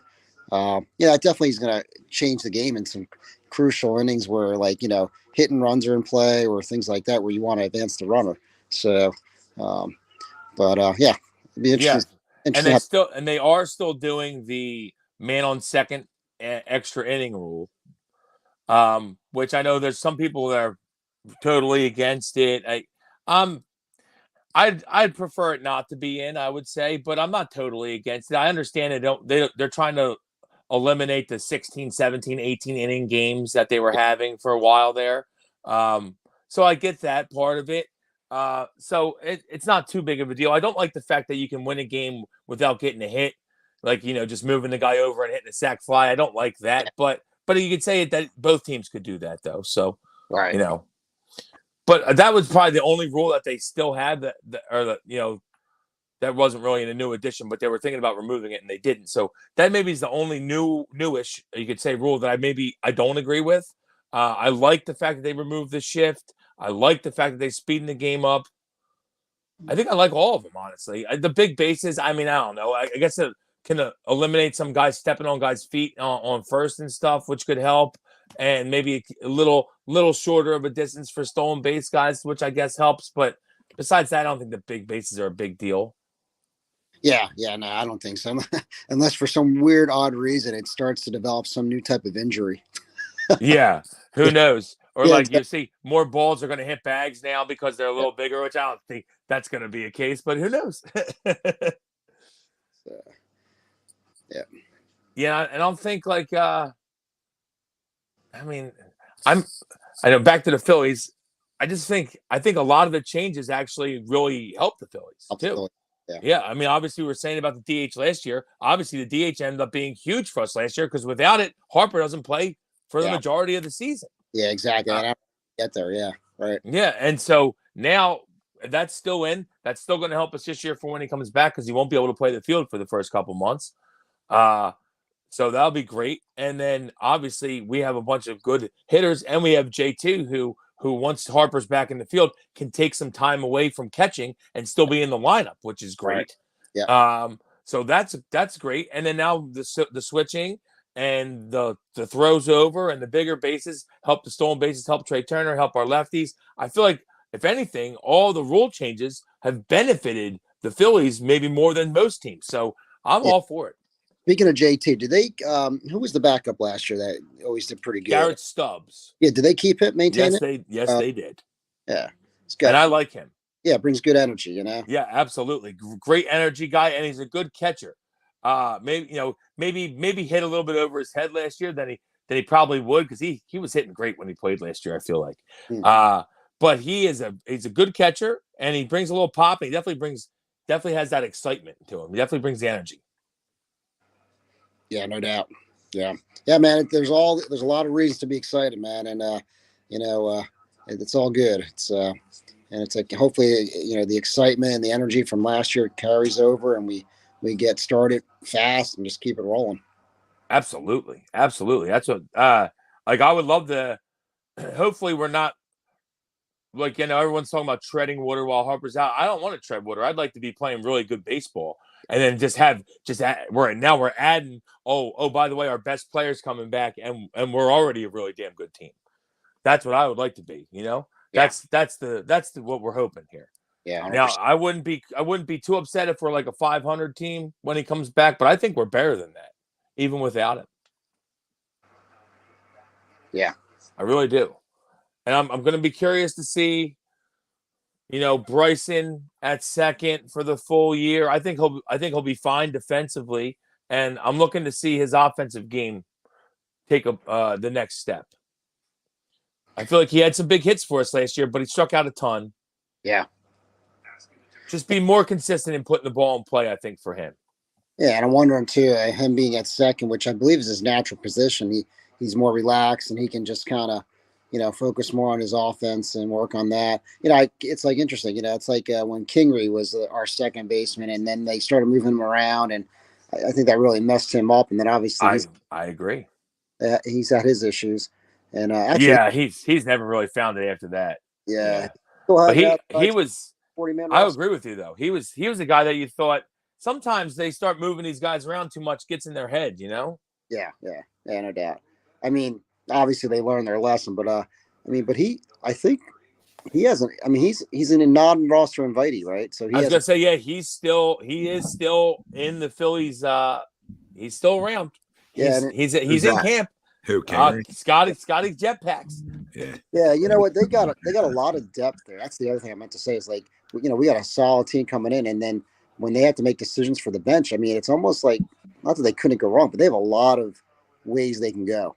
I like a lot of the bench pieces that we added too. I like Cody Clemens. Looks like he's going to have some pop off the bench. Rogers' kid, and he's our de facto. He's our pitcher. If we have to go to a position pitcher, there he is, Clemens' kid. And he pitched like 5 times for Detroit last year. And then I like Josh Harrison. Hopefully we keep him this time. Last time we cut him before camp was over, but I think he's a solid veteran and a good player. And I've always liked Garrett Stubbs, liked him last year. And who's the other guy I'm forgetting? There's another guy I like too. I just can't think of his name right now. But yeah, I think our bench pieces are good. I think our bullpen's better. I really like the Phillies this year. This is a better team than last year. There's no question about it. I mean, now you have. I mean, we're just for. I mean, not you guys might have brought him up, but like talking about Kimbrel, like everybody's talking about Kimbrel's numbers being up. Gregory Soto. Yeah, but everybody wants to look at numbers all the time, but nobody ever wants to ever look at numbers that can maybe lean you towards the other side of a guy, right? So Kimbrel, I'm not telling you guys lights out are the same guy anymore. What I'm telling you all is that he got his numbers are skewed a little bit because he only really got hit versus Arizona. So welcome to Philly because they own us, right? But the only team that really lit him up, if you go look at his numbers, was Arizona. So I like the Kimbrel, especially where you have a guy who has close but doesn't need to close, right? And then the Soto one's a no-brainer. I mean, Now you got two lefties coming out of your pen that absolutely throw gas, right? Sir Anthony throws gas. You got swing and miss guys, and we've talked about it for years. Strom's a solid guy too. That we got another lefty name, too. Yeah, another lefty. But I love that you have swing and miss stuff out of your pen, because for years, guys, we've talked about it on this show on Sundays, right? We've had this conversation for years that, hey, where's the guys that can throw it by you? Yeah. I mean, I feel like we're the only team that got. Yeah, everybody's throwing 99. Everybody was throwing 99, and we had guys throwing 94, and we felt like, and then Comcast, they were, or NBC Sports would give you the fire next to it, right? It's like, no, there's. I watch other broadcasts, and I think that's fire. Like, you know what I mean? Now you guys are trying to jack up our numbers and make it look good, right? So, now it feels good. Now it feels good to be able to say, like, look at us, right? Like, we have guys that got swing and miss stuff. Our lineup, man, Alex a pure hitter. He's been that. I think he's going to take a step this year too. He's taking a step every year as a hitter. And I'll say this: I'll never bet against a guy that can handle Philadelphia the way Alec Boehm did. I mean, if that doesn't make you a believer in the mental toughness, and you need mental toughness to play this game more than any other game. Yeah, you need to be on to the next one. Game of failure. Move on. Yep. We don't accept failure. We understand it, right? And the quicker you can understand that as a baseball player, the better of a player you can become. Yeah. And he did. I went for him last year, man, because that could have been a break situation for him last year, early in the season when he got messed Seriously, up. it's literally it could have changed. It's changed the direction of his career right there. Yeah, the way that he embraced it and got better after it. I mean, he could have go one or two ways right there, and he went the good way with it, obviously. And I think he's going to have a really good year. I think he's going to grow into his power more this year. I think he hits over 20 homers. I like Alec a lot this year. Yeah, I mean, what is he? 25? He's not even. Yeah, maybe 26. He's right around there. It's time where he starts growing into his power. A lot of those doubles that he hit last year will be homers this year, I think.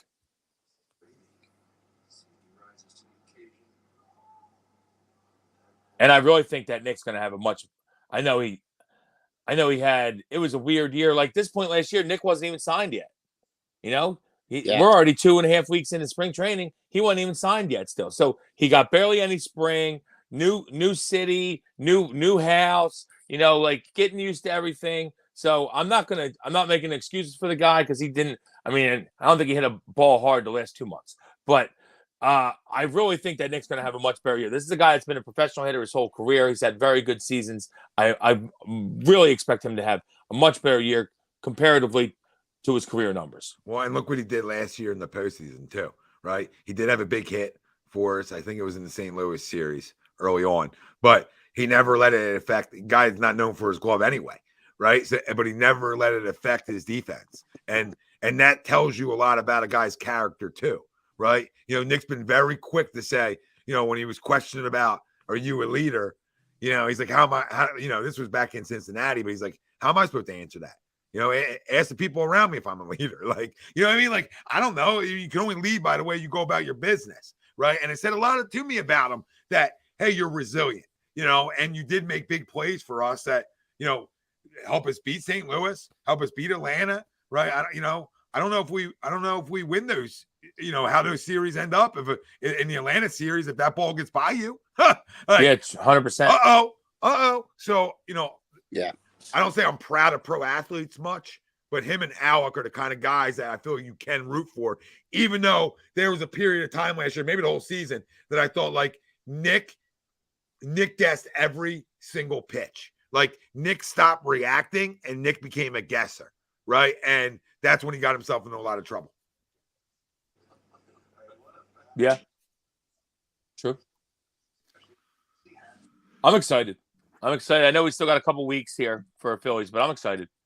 And I know obviously college basketball is coming into the big stretch here. Yep. Gonna be fun. Championship week next week. Unfortunately for me, Syracuse stinks, so I got nothing to watch for. But I'll be watching. For teams around the area, it looks like Rutgers had a bad loss the other day, but Rutgers is round the cusp. They get a couple wins in the Big Ten tourney. They'll probably be in the tournament. Penn State is probably going to be in. Nova is right now it won't be in, but Nova has been playing better. They make a run in the Big East tournament. Obviously, they could win their way in. Life without Jay. Yeah. You knew that was coming, right? Yep. He's got the best job in the world now. I mean, good for him. Like good for him. I mean, people don't understand the amount of time it takes to coach either. And he won titles. Yeah, he won titles. He left his fingerprints all over a program, and he didn't go somewhere else, right? And I think that says like his integrity too, right? Where he was probably pulled a million different directions to go coach somewhere else, right? And I still think he might. And he might. No. I mean, he might over time. But I think he's right? going to go NBA though. He might over time. But my point is, he took the cushy, broadcast job right now. Yeah. And still around the game. And I don't know. I like that a guy just didn't go, left there for something else right away, like another job. Oh no, I agree. I think he's a good dude, and I think that's why he recruited as well as he did too. And he's a great basketball coach, so I think that matters as well. I don't know what he's good dresser. Yeah, I don't know. Guy hits all the things. Oh, he checks off every box. I don't know what kind of pro coach he would be. It's just a different animal. It is. It's all about situation. Like if you go somewhere that's not good, you ain't like this ain't 1950. Like you know what I mean? Like in basketball terms, like stars win. So you got to go somewhere, hopefully, where the stars are already in place for you, right? And I think Jay would have, like any coach, a lot more success that way than he would, like I don't know, going to name a bad team, Detroit, Oklahoma City. No, they got talent though. They do have some talent. They got some picks too. Like I would, if I was some. Yeah. they got like 200. Yeah, them in Utah, like that's the kind of the job I would be looking at. I thought next year's draft was just Oklahoma City and Utah. That's it. Yeah, they have every pick. Nobody has to show up. Sure. Oh, that's a great question, Wills. Paul, that's a great one. Jay Ryder or Jimmy? I mean, Jimmy's sour on Jimmy's been around a damn long time. Right now you're upset. I don't know. I mean, listen, I'm not upset with Jimmy. I'm just upset with. I just think it's time. It's just time. It's time for a new voice. He's been around for 66 years. His kids have played. His kids graduated. Yeah, but a new voice for what though? To return our program to national prominence. But in college, it's like it is a different voice because guys are always circulating in. I mean, I hear you, but I just think it's time for Jim to retire. That's fine. Yeah, that's different. I didn't even realize he was still coaching, to be honest. Yeah, exactly. I mean, he's 2-3 zone didn't matter to the doc anymore. He's like 81, 82. I mean, he's been around a long time. Look around, all the other guys are gone. Roy Williams gone. Mike Krzyzewski gone. Who was the UConn coach forever? Jim something. Can't think of his name. He's been gone for a while. I mean, like they're all the guys that he was rivals against are all gone. So John Thompson gone. John Thompson's son's gone. I mean, he's outcoached all of them. It's time. And I love Jim. But I would say probably, I mean, it might be Jay, right? Well, Jay's won it how many times? Jay won twice. Jim's only won once. Yeah. Jim was in the finals more, but we also lost the finals more. So that's not a good thing. But yeah, I don't know. I'd say they're pretty even actually. Don Jim's has way more wins. Obviously, he coached longer. But yeah, hopefully he joins Jay. Yeah, because it's time. It's time. But I mean, we don't have to really talk college basketball, but I do. There's some teams I really like. We can get into that next week. Yeah, I how I operate. Yeah, because the tournament next week I think is if those more than likely while we're on will be when they announce the tournament field. Yes, and you guys can have all that show all for yourself. that's when I start really diving in. You know what I mean? Like I got too many other things to watch. So it's like I gotta pick and choose, right? And I gotta watch every Sixers game. I got more important things. Yeah, it's tough. But recently is when I start watching college basketball. This is when I start, Yeah, well, the weekends are full with it now. Yeah, the Eagles went long, which is no problem. So here we are. Yeah, and It was a huge win by the Sixers. We need to couple this into. They need to make sure they go out and handle business these next 2 games, because back-to-back on the road, like there's a good chance that they could drop that game at Minnesota. And that would, looking at it, you'd be like, oh, man, that's a terrible loss. But back-to-back on the road, end of a road trip, it's really not. But if we come out concentrate, I mean, that Minnesota team they're decimated by injury. They're a shell of what they were to start the year. They're basically Anthony Edwards and Mike Conley Jr., right? That's pretty much all they are. So, yeah. Like to me, that's you got to win that game, and it starts with beating Indiana, but Indiana kind of stinks. So I feel like that's the Indiana game's going to be no issue. I think we'll get that win. The Minnesota game could be tough, but that's a win we got to have, especially when you look at the rest of our schedule here. That's a game you got to have. Well, that's why last night, was even bigger. It's even bigger, yeah, for sure. Yeah, we may not have Tobias or Tucker. I don't think. Maybe for tomorrow night. Yeah, because Tucker, Doc, we were talking about that right before you came on. So he talked to you about it. Tucker was back spasms and Tobias was a calf sprain. Yeah. So that's the original, as of last night, that's what they were saying. They went out early in the game, right? Yesterday? Or pretty much. Halftime, PJ was halftime. Tobias was before half. Yes, I mean. Tobias was like at first quarter-ish, almost ended at first, maybe. Right. I mean, they had Embiid, Harden obviously carried the load, and then Maxey was good, and then Yang did all right. So I mean, those 4 guys pretty much carried it. Yeah, they did. Yep. They carried the load big time. Niang stepped in that hit some big shots. He had 5 threes. Yeah, man, because they run that pick and roll, right, and then they have one guy in the perimeter who can just knock it down. I mean, how do you defend against that, right? You can't. They did it to us in the third, right, Doc? With Grayson Allen. They had dribble drive. Guys got to come in and get after the ball, right? Get after the ball. So it's not easy drives, and then you get kickouts for 3. And or you get lobs to the rim. Yeah, like we were getting beat on it all last night. It was finally good to see. You know what? Us sort of beat them with it in the fourth, like we did. Yeah. Like McDaniels hit a good 3 in the fourth, I feel like. And Niang had a couple. Yeah, Niang had 3 of them, I think. Yeah, and Niang had a bunch of them. So I mean, those guys stepped in for Tobias and Tucker. Great. I mean, you couldn't ask for anything more. Sure. Yeah, it was good to see, man. Because sometimes we have like 15, 18-point leads and we blow it. Yeah. You know what I mean? It was good to see us rally back and then take it at the end. Felt weird. Absolutely. Felt weird. I didn't know what to do with my hands. I'm like, what happened here? Especially against a team that's just been closing out games recently. Like they've had some tough games, but they just close them out. The Milwaukee. That's why they had so many wins in a row. They just kept closing out games. If I had to guess, both guys play Tuesday. Neither play Monday. Yeah, I was gonna say I would guess that they're gonna play one of the 2 games. I think they both play the TNT game on Tuesday. I don't think you see Embiid tomorrow night either, because Tuesday the TNT. Yeah, and I would think that Maxey and Harden with a supporting cast can get it done against Indiana, whatever you want to call it. You would hope. Yeah, you would hope. And you get some other guys some run too. So I mean, I have no problem with that. But I would think with those 2 injuries, 2 days off, it should be good.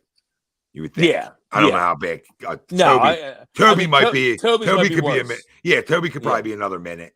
Right. Yeah, his could be worse, but I would think just the back spasm. That's kind of seems like maybe he just had to get a little heat on it, get a little work on it. And PJ might play both games, maybe. Who knows? Yeah, he could. You never know with him.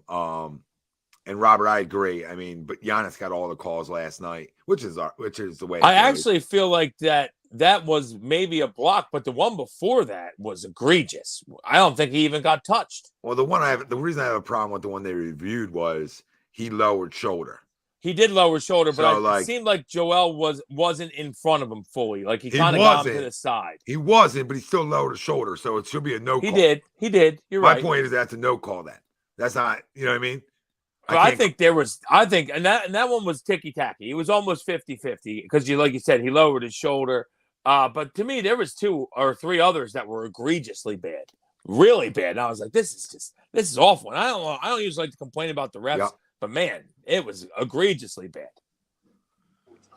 And we still fought through it and still got the win, which makes the win even that much sweeter, especially because Giannis was hitting his foul shots. Usually he's missing them. Yeah, he wasn't missing last night. Yeah, was he 14 to 16? I would say he was really good. A good friend Marcus, who does Pro Fan Talk here every Thursday on A2D Radio, he says, every time I pay attention to the Sixers, we get more Eagles news. Yeah. What do we get today? That's the Philly thing, right? That's how it usually goes. We got the could hire Matt Patricia as linebackers coach. Linebacker coach. And when we have CJ Gardner wasn't fine now. They retracted it. So that was our Eagles news today. Yeah, always something though. Always something. All right, you want to do crumbs, and we called it a great show. And Doc, I want you, before we get out of here, tell everybody everything you got going on too, before we wrap up. Yeah, getting to springtime. I can't believe it. Right? It's crazy. Yes, spring sports are around the corner. Yeah, definitely. It's a good time to. Especially, baseball is my sport, and I know you guys love it too. And it's a good time as, kids start getting back in to, throwing and gearing up for the game. Is, if you got anything that's bothering you, get checked out. Sometimes it's things that are simple, just to work on so you can have a successful season. I know a lot of guys play a lot throughout the year, without a lot of breaks. One of the things is making sure you just get some little, what do you call it? Cross training, so to speak, or, just kind of doing different things so your body's not always doing the same thing and not having too much stress of the same type of activity, if that makes sense. If people are hurting, look us up, man. We're at specializedphysicaltherapy.com. Just look at the bottom of the screen. We're over in Cherry Hill in Burlington. We take most major insurances. That's a good thing. So, therapy is an essential health benefit for most major insurances. So you're definitely covered there. So give us a ring. And if you need any help, we'll definitely be there to help you out. Yeah, I'll be heading over when I get back. Yeah, man. Yeah, man. Safe trip to Clearwater, man. That's awesome, dude. I'm glad you're getting down. Yeah, we're gonna have a show Saturday from Yankees spring training home in Tampa. Oh, sweet. With the guy Braden, who does the City of Never Sleep show here on A2D Radio. He covers New York side of sports here. Okay. And then Sunday we'll be over at Clearwater. Was it Bright House Field now? Bright House, yeah. Yeah, be over at Bright House Field in Clearwater Sunday morning for a show before that game. So beautiful. Probably won't go into the Yankees game, but the Phillies I'll go into. I'm just kidding. I don't know. I'll definitely go watch baseball outside, and I could pay double the rates, and I'd have no problem going to watch either or right now because I have been inside with baseball for now too many months. So I'm now anti-inside, and give me 70. Everybody goes rushing outside. Speaking for all the baseball people, we're all tired of being inside. So no, but I'm excited. It should be fun. And then we'll get a little family time, and then head back. And then we're outside real baseball. So we're spring's right there. Yeah, awesome. Corner. Spring is right there.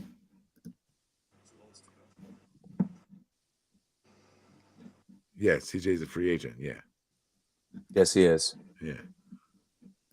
He's a lot of free agents. Technically, I would expect us to try to bring him back. We don't have to get into that, but he's pretty much top of my list, I would think. Yeah. Yeah, one or two. Yeah, him and Hargrave are right up there on top of my list for me. Yeah, Hargrave isn't as high up on the list for me. Just because he's 30. True, but he's younger than Fletch, right? Oh, Fletch wasn't on the list. I figured that. I'm just thinking. I just don't want to lose both of them. No, it's not ideal, right? It's not ideal, but it's going to be at the situation where you got to use some 1-year deals on guys. Maybe get Linval back for a 1-year deal, right? True. You got to be able to do you got to figure Jordan's going to play a lot more. And you got to figure that Milton Williams will. Yeah, and hopefully obviously Nakobe's going to play a lot more. Maybe Kazier's gone or Edwards is gone, one of the two. I think one of the two's back, one of the two's gone. Yeah. And I would assume that Bradbury's gone because someone's going to give him big money.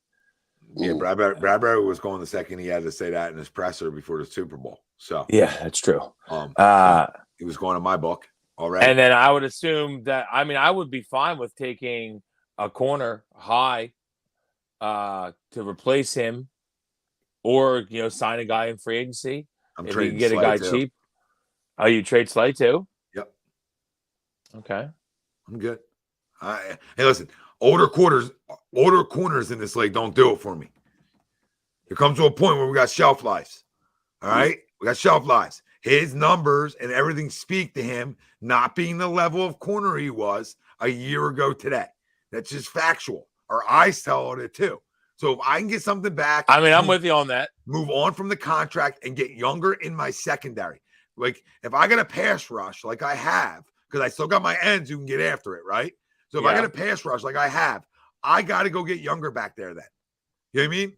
Go start over back there. You have Avante, CJ, right? Because they're the two guys. Obviously, Avante's back. CJ, I'm going to make sure is back, right? Yep. I probably, maybe I bring Epps back on like a low number deal, right? And then I go replace the two starting corners. Maybe one's a first round pick and one's a signing, right? And then I go the next year and I draft another one. You know what I mean? Like at some point, you got to get off the loyalty game and you got to move on from big contracts and try to start it over a little bit. Like it's going to be it's an offensive league. All right. Name the great defenses that have won or needed a great defense to win. That Bucks defense was really good, right? That 1 year, but their offense was pretty good too. Okay. Yeah. So, it's an offensive league now more than ever. You score to win. You just got it, and getting after the quarterback wins, right? So that's what wins. For sure. That's what wins. So, and so your offense is set. Your defense isn't. So at some point you have to get a little bit younger in some spots. I'm in full agreement. If you remember, Tommy, when we were dominating division with Andy here, I know we didn't win a title. Everyone loves to point that out, but we dominated division for 6-7 years, won division pretty much every year. And we didn't keep any secondary player after they turned 30, 31. They got rid of everybody. Soon they turned 30, 31, they were all gone. They were all good players. Bobby Taylor, Troy Vincent, they come to mind off the top. But like guys got 30, 31, see ya. They brought Asante in, he got 31, see ya. That's just the way they operated because they know that's when he start to climb. Yeah, that's an art, man, because like you have, do you double down on what you have, or you know what I mean, and like hope you're going to get more out of it, or you got to just move forward. And like you're right. I think there's definitely a balance there, and it's tricky when you do that. But like 30, 31, you're right, is like kind of like the magic number for at least for this position. Yeah, for sure. The same thing for Hargrave. Like I want to play Hargrave $20 million a year when he's 34. I'm good. I'm good. I'm good. I just drafted a guy at 13 last year. So, he's got to play. I drafted another guy in the third round. He's got to play too. I can go draft another guy in the first round this year too, since I have 2 first-round picks. Like, you know what I mean? Like, I don't have to. I can't keep guys off of loyalty all the time. Like, there comes to where your number. Like, CJ's a no-brainer. He's 25. Yeah, I'll give you whatever you want, bro. Agree. 25, and he's towards the top of his position in the league. And he's a ball hawk. Ball hawks get whatever they want from me. You can get after the quarterback, and you're a ball hawk. I pay those guys whatever they want. The rest of the guys are just guys. Like I don't think Javon Hargrave is going to make or break my defensive front. Okay, like he's not going to make or break it. It would be a nice thing to have back, right? But we knew we weren't going to get it back. Like we can't sign everybody. Now, if you move on, like okay, can you move on from Slay and a guy who's under contract and save money? Is there somebody else I'm missing that you can move on from and save money to be able to bring back a CJ and a Hargrave? Fine. Now you're talking to me. Make sense? Now you're sort of talking to me. But because I would rather put the emphasis up front than the secondary, and then I only have to draft one corner, and I already have a veteran on the other side. Makes my life a little easier. That being said, Kansas City just won a Super Bowl with 2 rookie corners playing the outside. So I don't want to hear it can't be done. I don't want to hear it can't be done. Because why? Because our offense is electric. So continue to make our offense electric. Because we do have other needs. Like, I do need a slot receiver this year. Make sense? Like, I do need a third. It ain't going to be Quez Watkins. Trade his ass too while we're at it. Save $4 million trading him or whatever it is. Yeah. Or $2 million, whatever it is. Every dollar matters. Yeah, when you got to pay the QB, every dollar matters. That's for sure. What I hear what at, Brian? Trading Quez? It's been a rumor. I'm not saying it's true, but he stinks. He stinks. He's not. Come on. The dime a dozen guys who can probably run. talking about Slay, I would think. Oh, it's been out there a little bit. Not as much as, not like a lot. Not a lot, but it's been out there. A lot of Slay lovers. People will be upset about that. Yeah, I don't hate Slay. Neither do I. I just don't know if he's the same player he was a year and a half ago. I would think he's probably not. Is that fair? Is that wrong for somebody to say as a guy gets older? No, I think it's fair. And his numbers went down? 32? Yeah, 32. Yeah, I think it's fair. Like you said, the numbers speak for themselves, man. Yeah. I mean, if you had an awesome, like outstanding numbers, maybe you feel a little bit different, right? But yeah, he's 32 in January, so he'll be 33 next year. So next January he's 33.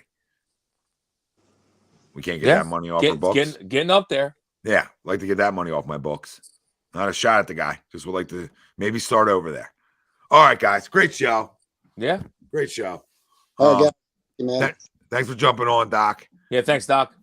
Have a You too. As the doc told you, Dr. Paul Vidal, Specialized Physical Therapy, LLC, location in Burlington, Cherry Hill, New Jersey. They accept most major insurances. Go check them out. Yeah, Doc, take care of you. Go check them out for sure. Yeah, he's gonna go. They're gonna go take care of me too for my meniscus, right? Well, I don't got any crumbs. You good? I mean, the easy one's John Morant. Yeah. That's the easy one. I mean, he's getting it from all angles, so I don't even know we need to give it to him. But that's the easy one. I don't know what he's doing. He needs to wake up, take some accountability, and grow up. Yep, total accountability. Couldn't agree more. You're not a thug. Calm down, bro. All right, yeah. Grow up, dude. There ain't no need to get when we get money to think we're somebody we're not. All right, especially somebody that wants to flash a gun, and that's just one of the many things that is. You're gonna throw it all away, bro. What are you doing? He needs Iverson's mom. That's what he needs. He needs Tawanda. Tawanda, tell you that. You want to tell you that? Want to tell you that? No, because guess what? Iverson cleaned himself up a little bit because Tawanda moved in. If you remember that, she moved in. She kicked a lot of the friends out. Yep. And not saying he was perfect. You know what I mean? Not telling you he was still always on time, but just telling you he cleaned off the off the court stuff. Yeah, he wasn't flashing guns no more. Nope. Because Tawana came flying in. The mama's home. Mama's house. Maybe the best interview of all time. Did Tawana tell you that? I know Alan didn't tell you that. I didn't tell you that. Besides that, yeah. So yeah, it's a great show. Crumb of the week, John Morant. We love you all. That's an easy one. Yeah, we love you all. Thank you guys for tuning in for an early show. Usually we're a late show here on Sunday nights. Agree to disagree. The flagship. This is A2D Radio. Make sure you're following us on all your social media platforms: Facebook, YouTube, Twitter, Twitch, Instagram, TikTok. We're everywhere. SoundCloud, all your podcast forms. We're there as well. Hit the like, subscribe, follow, and we have tons of live shows. Like I always say, yes, we do. You didn't like us, there's somebody out there, there's somebody on here that we're guaranteed you'll like.